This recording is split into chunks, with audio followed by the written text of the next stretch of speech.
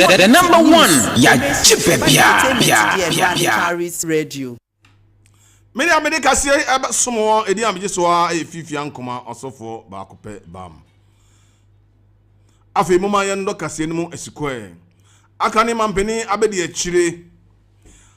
Say wo pre say MPP amanyoko no ebe ma watu franka ama amanyoko no wo 2028 abatuo mu no. Wo gba pro e wo man Ghana mu a na pro bo no e de na kopie bono ene ne mantem mu a kese wo bo apro ho yi pa na problem no na odi ato delegate wo ho ana se esi ahenefo no anim se wo to abama no na bre betu franka ama MPP amanyoko no na onyankopon san ye na dom na 2028 abato no so wo san bedi mu nkunim na se koba ne se wa beye Ghana mampani e friend His Excellency President Dr. BAWUMIA dia eni afibia obehia delegates no eti omasem obeti omasem de kwan obefa so aboa omu na delegate no so abrabom etumpon obeye we ama delegate na hu se one de odwen delegate ho pa nyese bia obedwen Ghana aban nko aho nemum delegate no so ehu hia eno nti obeye sa dwumadie na aboa enkuru a wakoso ebe ye Kintampo Banda ene enkuru akeka ka ho na constituency ahodo aho ne wakokasa se bia oba na onyankopon ye na dom na obetu franka ama amanyoko ni dia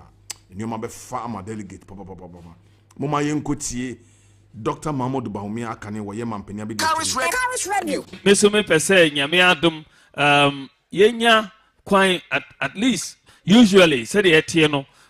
we are buying more president enya adaje and making meetings with the grassroots. Me per se ye regular meetings. Said na president for ye town hall meetings no. Me per se me ye town hall meetings with the grassroots every year. One meeting me ba bandaha as president na matie adia eldama koma so. Ena me di saadie no akoye ejuma. Enti yedi the presidency no ba abe shemonsa as grassroots people na mo akantre me adia ehiamo na makọ Jubilee House akoye saadie no ama mo nyina enti we nyina me pese ye ebebo ye nyina na di puntu bebre so aba na ye nyina so ye nya chefa na edidija no so aba form Kharis Radio. Ghana mampeni dada na kane no oya mampeni abedi akire Dr. BAWUMIA akane mampeni abedi akire e MPP Akufuado abam amambu mu no ona yete ne nka no wo se obema grassroots fo no edidi amen sei epeche ne senti no grassroots fo no so kasa ye na mo se ye kura ha no ya adwen se abada ye beto no Yankopon ya aduma January ye beto aba eyi ye fragbera ama MPP ama yokoni de wa ne ye to ama wo wa ne ne wo eko enti owura Dr. BAWUMIA to yam if is abande ye beto ama mama yenti yo answer na yebe call general election the year 2 e work Kintampo South Dr. nya 77%. Mumbe mo yese mayo sa 77% no afiwei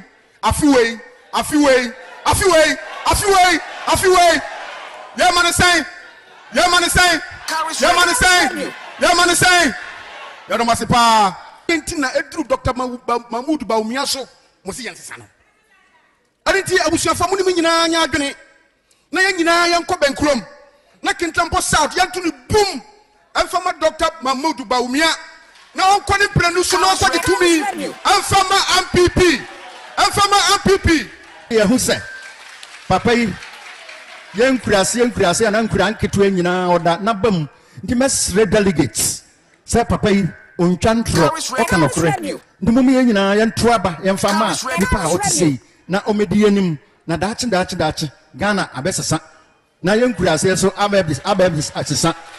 before Kharis Radio. Grassroots for no say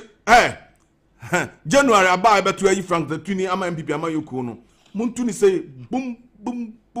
awo Kintampo North obi obi say Kintampo wan so we need Kintampo ebi e wodia ufitechiman ekọ friend is saying Tamale wo kwa no so Kintampo North Kintampo South na oko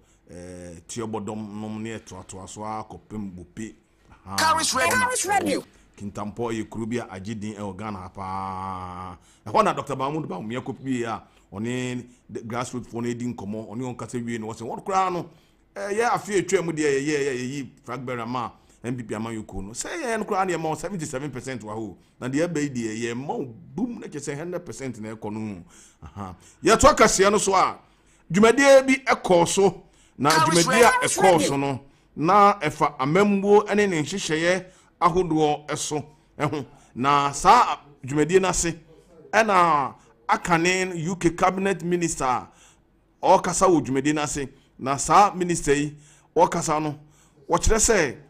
Ghana mampani John Dramani Mahama wo bo modern ye pa na nyoma ekoye minister yi ni de Right Honorable Cloyd Smith akanen no na wo ye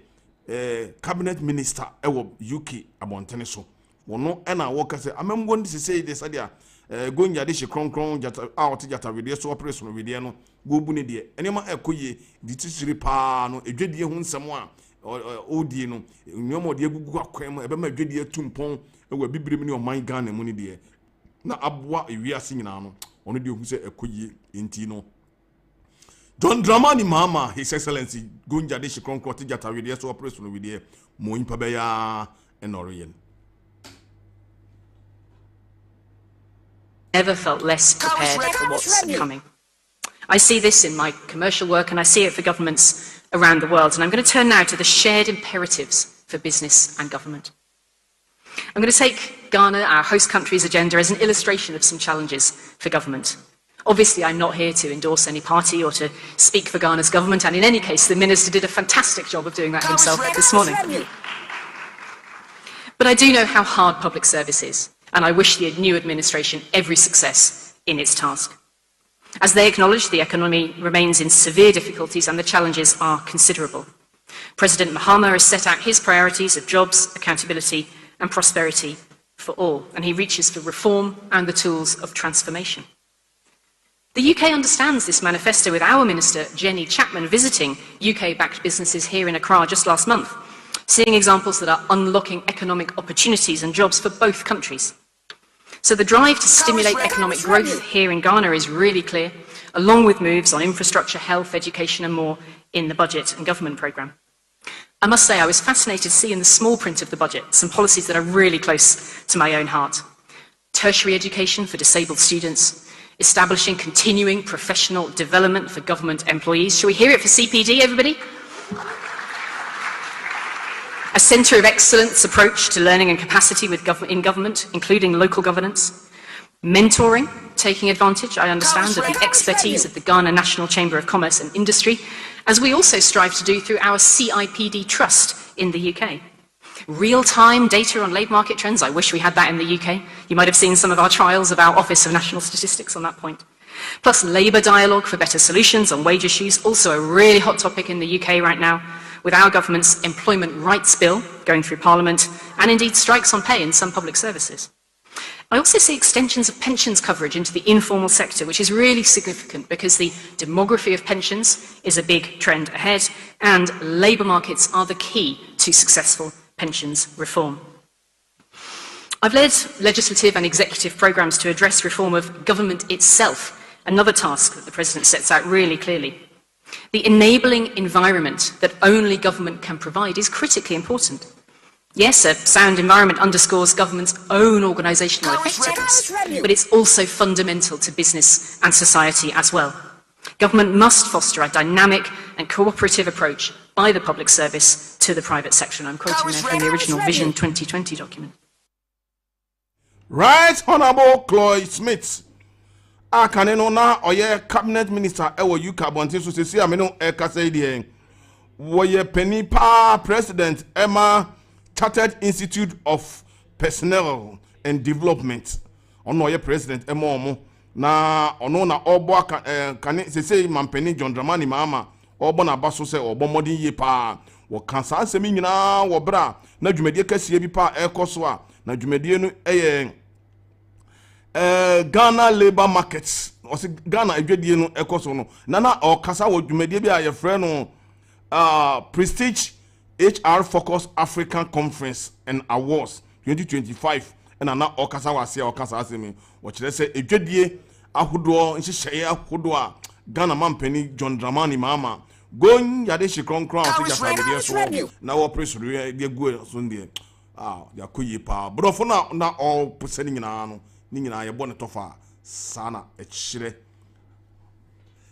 afa ye behome so na ye kwa kwatie ya boafo enkrato ye besan aba beto akase ne so am Ohene ba ko fia brante ani Kharis FM ni for we video to Kharis FM ejuada de ko ti fiada abrabo ewia no miensa de ko si no nsia mmerem na ye fa kwa so bra wo mesom wo e nyom pa nkomo pa esampa ne de fata se wote e na ko fi metrase na fo e me de asom wo e kwa so bra wo e kwa so bra ye boso amarate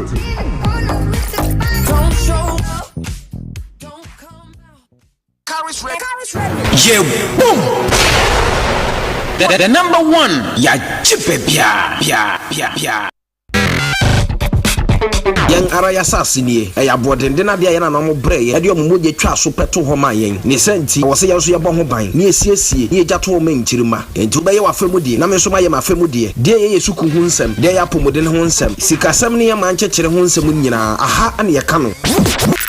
Kharis Radio anopa bosu edwumadie e ba besom wo edwuada de kosi fiada se Ghana be ye ya ne na me no mienu so na se yopo obi o wa kokuduru on sinsu man sana wa hiram on sura kun no ka no kore a e wo so mfofifi ankoma e ba fo da chi ma fe gudie o mo no motena se wo ti ame fita no pa no sia de kosi no du wo be dwedwu na fo ya ma pesem anopa bosu ye boom the number one ya chipe pia Ayo ebusiafo we mu senior nurse oye na luta seba na nyompa radio papa tese obese uti news information seba entertainment de no ane Kharis Radio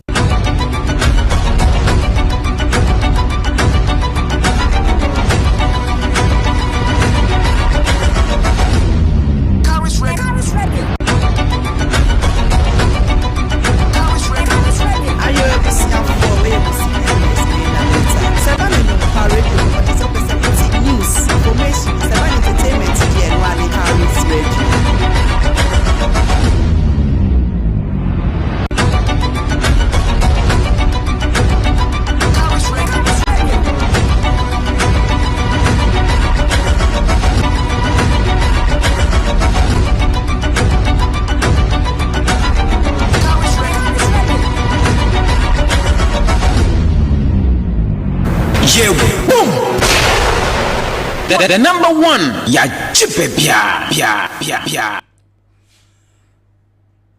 woni a eboyen ama yensu anum so ya sinema nya bibia tie de nya hoden de kase esombo no Pure Kharis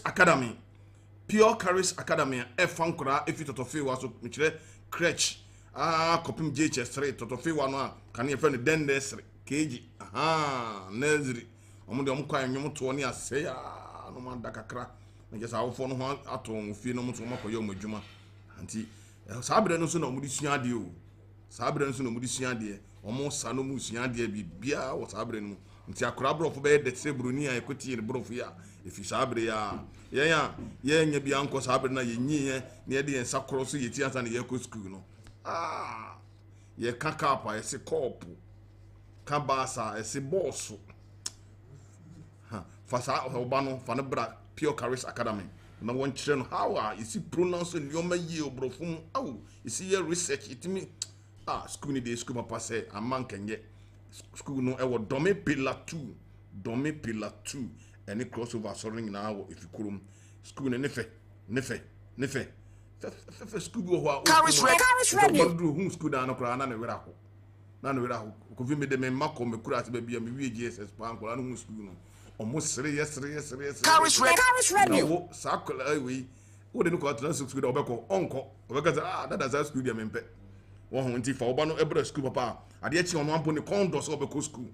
on se do na pa na se oba no ka so onko school on pe so obeko school na ne nyefe akane a wo nyina anya papa nti school na tene ni so fa no bra Pure Kharis Academy ho na akora no school na akora na ko do school nyoma akade a ye bisua dia environment no kora na akora no ko do school nti bomode se wo de oba no baba Pure Kharis Academy so open chiremu a chain dia media ma wi a wo be frɛ Pure Kharis Academy for ɛwɔ 0598 5576 Kharis Radio. 0598 557673 from mama onchiremu ye pa na wo de banaba abisua de afi ye call new foundation for Kharis Radio. foundation for new life foundation for omo de aduru bia bedwa so aduru ne din eye vida clean vida clean ye do papa say vida clean na wa Jesus say ekuru master ye say me kan pure Kharis Radio. dream big nti amanfo adwa wo ha o ene pure Kharis na wa Jesus say dream big kuma tom yem I can't dream big no afi vida clean for efi new life foundation na vida clean efi new life foundation for na eye dropa me dey me friend ekuru master aka na ekuru tumi tu obi sa amfie mienu Kharis Radio. ekuru da nipa ba ko na ho ekuru ba ko da nipa na ho enguda na dane mpaibo na etumi bompa egu ekuru sa ekuru oje mpaibo they say the vida clean for aba ha ho osofo bishop apostle obi ye di obi bro say we tukura enkwa but to vida clean fire akwankyerema no na akwankyerema ne say wo hwie gu mu no ano no enhyehye entehwe eti say nsuo wo kukuru no kra anese fo mo amabie hospitals ahoro ye di ekuru bra mu mia ekuru ba ko ye di aba hospital wo mia busiafo no kra say woni madwuma hwe bepa vida clean on ba hwie gu mu enka nkyerema say di vida clean kra na wo di jiusika hospitals ahoro ye di papa perform mambo wo nyina so eguma ahoni di ba hospital bi wo ho a ukọ ho afi ho mu a wo de yare ekufie enti bepa vida clean na bi fa bi so papa school ho nyina fa bi pa school ho se de be ya nkora no ba school a wo ntumi won fa yare ahodo won kofie wo de bi papa wasaso wo ni masaso Kharis Radio. se de be ya wo kitchen nyina aduane to fon a wetumi afa edi bepa vida clean ni bi se upa vida clean dodo atu na aton nye sika ye to baba we be frɛ vida clean 24 ewo ana new life 24 no 0208 199503 0208 199503 ana se we be frɛ mo 0242 75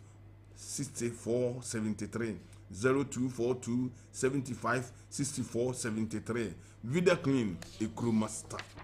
Kharis Radio. Afi crossover chapel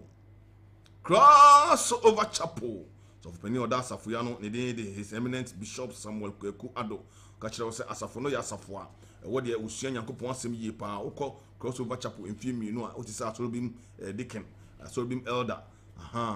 the kire nyame asem e undiluted gospel and I will preach e wo crossover chapel e wo domi pillar 2 wo bi wa kwetema wo bi wo nkoko abrofo na choro no nkaw sa anti mo amwo pankete wisi abepotia nyina no momra asoro bi na momra na nkotisi bi mamo mo branch e wo ho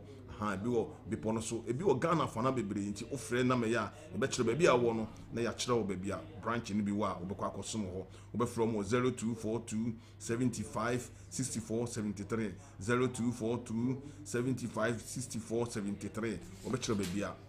also branch obe bi a ofrefi no na ya kire to so branch ni bi wa na chese wa kosom ho Nyankopon asem a ma wo te nyame ase o babu musem yenkoton a adwongo ma yankoton adwongo ma ye be ma wo Nyankopon asem cringing fancy be kind of cringing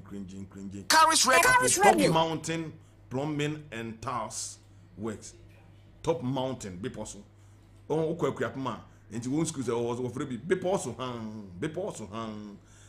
top mountain for e top ho wo hwe dan wo hu adan atase wo hu nyina anye wo hu ta side ato de ato dan ho gina be ponso pono say enye kra Kharis Radio. Plumbing juma enti bo modern say obefre omo na omo abeye wejuma mo omo to task ejuma mo yes omo to task Kharis Radio. the can plumbing work at say water closet ni adin na omo fix ni nyina omo ye ejuma say omo ni majuma omo say bibia efi be ponso de na eye enti no plumbing ejuma no wo dan na usi no bansoro no won say na no plumbing bi be ye ejuma ma ho afi omo ye ejuma no bi ensuo leak for wo no mu omo say wo dan no wa brew enti ma plumber example me bia abolenke awi plumber bia me say wo ejuma taas no so to a taas aye to wo dem uti aso beti kum man tu ni ye tutuni nyina na top mountain for mra me 2000 no amount top mountain for enim say e dan we say the color we to a na be yefe the color we to a na be yefe omontumbum e dan bi wo ho a kese wugura ma from ho tru hey top mountain for the omunim dan tiles I say the to hall tiles I say the to bedroom tiles I the to corridor mu tiles I the to adwaye aw bon sema top mountain for omunim adwuma yie pa eno nti frɛ top mountain for ewo 0245 0245 46 11 84 0245 0245 46 11 84 and I say from 0248 10 27 56 0248 10 27 56 omeba no mo be di djuma omeba be hwe odan no mo hu de wo se mo ye ma wo nyina Kharis radio and after na we see dan no hia omo for top mountain for no me ye djuma ma top mountain wo ye djuma se wo eburi kitase wo eburi kitase fo afi KBN event KBN event for when me djuma mo ye omo wo cameras papa uhwe anima etwamfoni a eni se efe omo de omo djuma omo ye ni se omo ye coverage je se o ware wawo o ye outdoor o ye kpejemo outdoor no o outdoor o ye ubana pie wedding o meba be twama o wedding na no wedding na o twama o o de share yin so a untimi nhwe eni wisi eni wisi afi o akwantium o ma me firimu o papa firimu obusu eni bi afirimu eyi no wantimi amma e wo se yetwa bibia de mfoni ni brew o ma be twa de ama o na wankasa wa hambo na o pese o mutwa eyi ase eyi o mutwa outdoor o so wadu wi a next one ade anu ka o se mo hihye ni say wedding outdoor sana funda na last sa wa ware kra na o pese u jaya ware no o ma be twa de ama o mutwa ni efe afi mo amutwa sene mo from ma be twa ama kama camera na wo pa han ni ade a KBN event for ebedi sa adwuma no e de ama o me ha o camera ni bi o me mo cameraman o mo ye edit na o mo mrante na o mo ye edit o mo ni bi ye se o mo ye ten so nti dwuma Kharis radio coverage there o ye TV station o person me di dwuma bi ma o bibia o me ye bibia de amount kama afi o pe advertising person bi twa na ikobo TV so bia wo de bibia ba na o person mu twa na mo ye commercials no twa bibia de ma music videos photography na person we photo shoot o mo se mu party mo amu ye crusade asofo amu ye crusade oba be training na they to ham their mount they to akais mu kama na mount birthday party no so from one and so ma be try their mount kama mo se be di birthday amu koye photo shoot o ma be ye bibia their mount well birthday no nkrofo bi wa kwantu mu pese mo hwe ni life make me funny life mo wiase be bia o mo hwe nkofa bibi megina na enim nye wususo mu hu ma camera papa emetwa obetumi afre KBN event for ewo 0256 07 1414 0256 07 1414 and 0256 07 1415 nti eno anze ba akono wo de be 5 akon na kete wa from a o meba na o ma be twa ama na bibia koyie kama wo na afa kasiye ho kanyina so ya sina boa yen ama kasiye akoso kama e de ama wo Kharis radio ye to akasiye no so e de ama wo ye to akasiye no so de ama wo ya wada etwam e na akanen minister no ye trade minister edwedie eni mfidijuma so afo onunyamfo Alan John Kwadwo Chiramaten aka Alan Cash ena wote afafranto party first and friend movement na ye movement say they were confirming say abaye party e friend UP eno na MPP amanyoko no pania ba ko a oye kasamafo ma amanyoko ne din Richard Ahiagba o kasa he ora Alan Cash yi o party na wati na friend UP no enye ye kan UP ni o United Party no oboa o de da nkrofo se obeka ya abakwasam ba kakra ne se MPP aman yokuo no ye wonu firi ekuo bi a tete mpanifo no efre no UP United Party UP aman yokuo no mu ena nyiya na beda NPP New Patriotic Party na alankash so ni root firi ho aha enti obeti party no ena watu di UP ena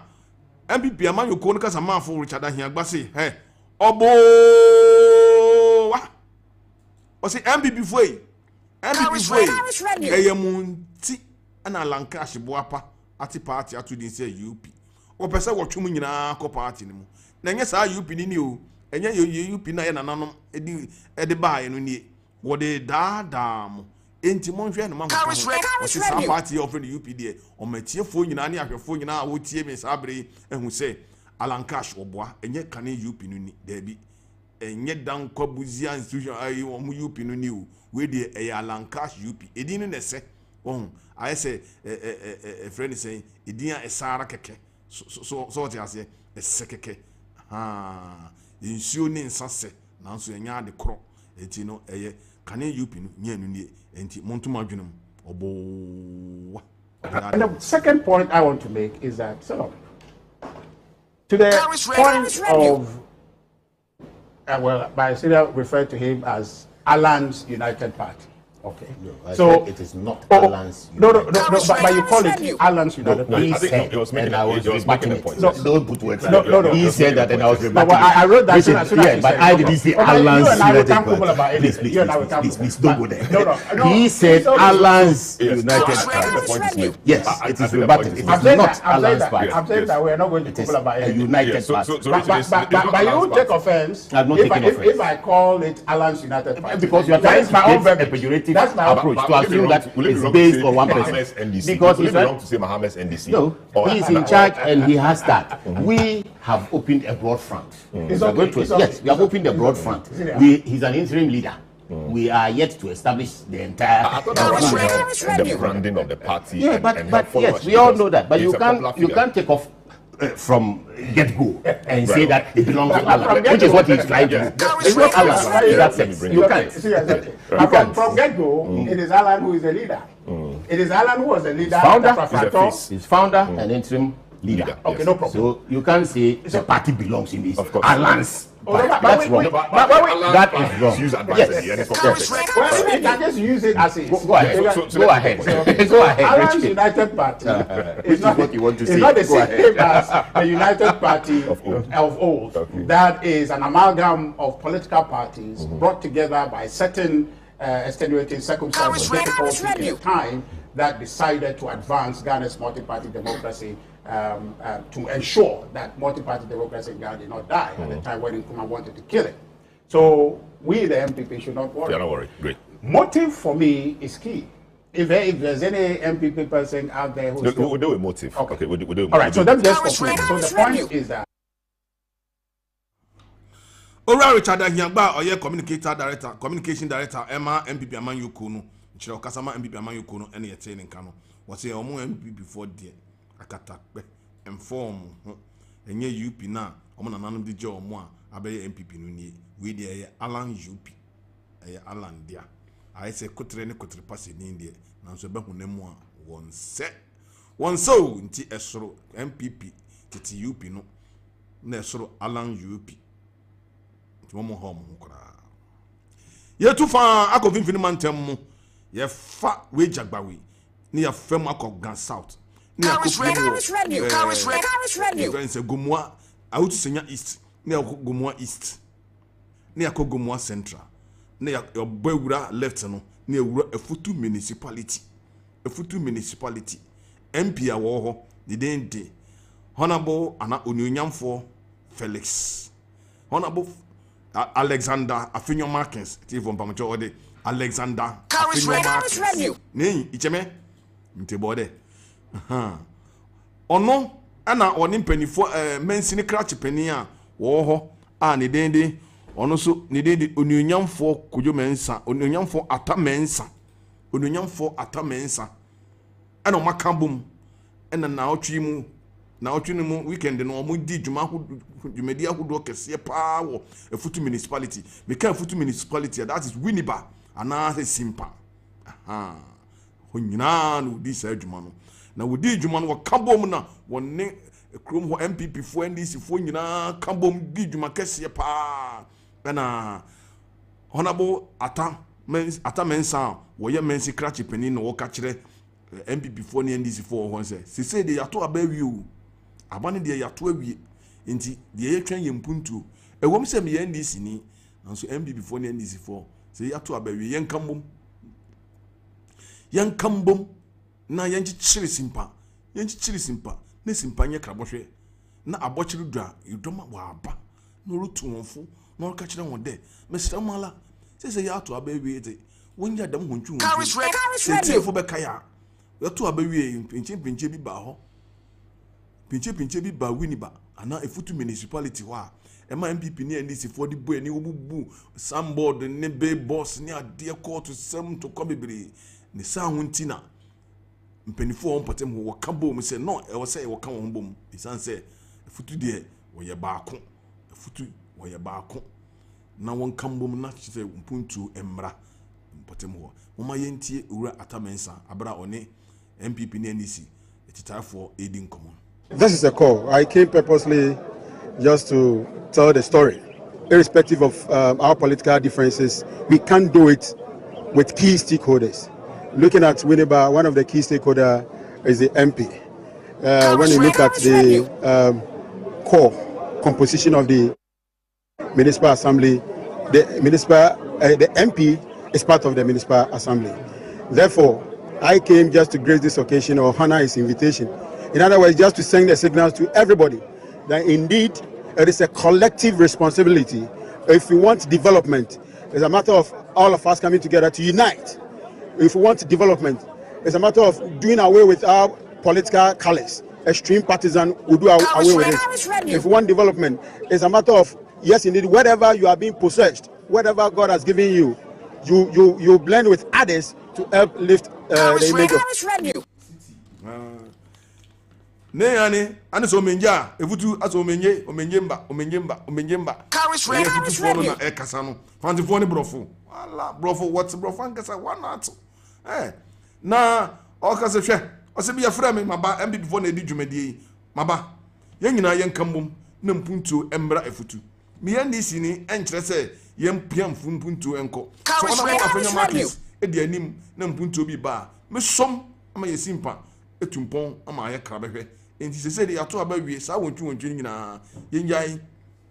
atamensa kasa wie no na ononyamfo ye MP ema EFFUTU municipality honorable Alexander Afenyo Markins enso Kharis radio chiremu se hwe se de ehuntu ne ye pa ma EFFUTU enti wetim wakam wonja mesinpa ye waza oye omayente Afenyo Markins him for coming, and I want to see going forward a collaboration between his office and the presiding member as well as the various assembly members. There's a need for all of us to work together, and he's right in saying that we have a common destiny as a people. Not for partisan politics, is a platform for us to share ideas, but the focus must be on nation building. That is why we should always engage and discuss issues that are aimed at helping our country, Ghana, and our municipality. Kharis radio Markins oye MP ewo EFFUTU municipality ne tene Ghana se tiefo be kaya anase bi so na wunima kane no na EFFUTU municipality no Kharis radio East EFFUTU senya West na ebom na efro EFFUTU senya omo ye guanfo EFFUTU senya sa na kane ne efro mo ena mpuntu eba na ma edom edoso no na ebechem na ebenya EFFUTU municipality na ebenya EFFUTU senya na sese yasa benya EFFUTU senya East EFFUTU senya West EFFUTU senya East no ena ye kasoa ne ade no ena EFFUTU senya West eye EFFUTU breku ni senya no ho na makesian efri na first MP amenyi no that was 1992 no ye friend no babarami ono na oso esiensa de kwa na 17 ndi sa mpate mo sa babarami de omunde ne ho agro akra enti EFFUTU na ye koye no ha ene de kase no ebesie woni a eso ya se no Vida Clean for Pure Kharis Academy for Crossover Chapel and a Top Mountain Plumbing and Tiles Works. Woman so ya se a ye hu ye din de kase ebre wo matari ehemia ayefefe fi atari hwenefe omo ay Kharis Radio. Camera for mo fanto so ye from bats na omo wo Audomi Estate bat for Audomi Estate Sophie St. Teresa asori no Audomi Estate runabout no obun St. Teresa asori no ewo ho a inti Sophie runabout na St. Teresa asori no eko Carnation Sports Complex a unseni faso na Sophie Carnation Sports Complex so ba St. Teresa ana wo ba Kharis Radio runabout a eno so unsa binkum so what you say ufi Carnation na ufi Fireman St. Teresa's na runabout no ho oko it's a when it chere Carnation Sports Complex o try runabout pe enche no edu ho sani fa so omo ho omo ntare fe sanso na se ufi Carnation Sports Complex eko Carnation Azuma Nelson Sports Complex is an your friend o ko runabout one eno so omo obinkum omo ntare fe do hwe omo no mo yi omo sani yo tare ne fe from Bats Collections. Omo pam nioma kwa kwentum ni ade nti bomoden se bokwa ko hu bat for omo hwe wo se ya no mo watare be fata no mo pam ama omo tumi hwe wo se ya no mo mi no watare no mo de ahye wo se kukru enti kona ko hu Abrantie produce me so mfidie no mo miamia mfidie no Kofi Abrantie ena Asari Bosco papa omuna ne MCR ho mudi djuma ewo ho mudi djuma ho ye mpeni for Tayechi executive directors Apostle Bismarck Isiama London bontin so na ye papa His Eminence Bishop Samuel Kweku Ado omuna Tayechi a ye ho aye din mi a me betena djum ekenkan kase ye ma wo me di hu chiame Kharis Radio. The Oboabo Casena Nina, my Kofi Abrantie. Yes, some for Baco Pet. Kharis Radio. If you are dashing him, a dear Tony or papa, a free ya. Now you can eat with Susa or ye, or a Santia Chum. Nti Oba or the Santia Chum and King so a beba. Mia Medicas, you chami, a fifi, and Kuma, or so for Medasi.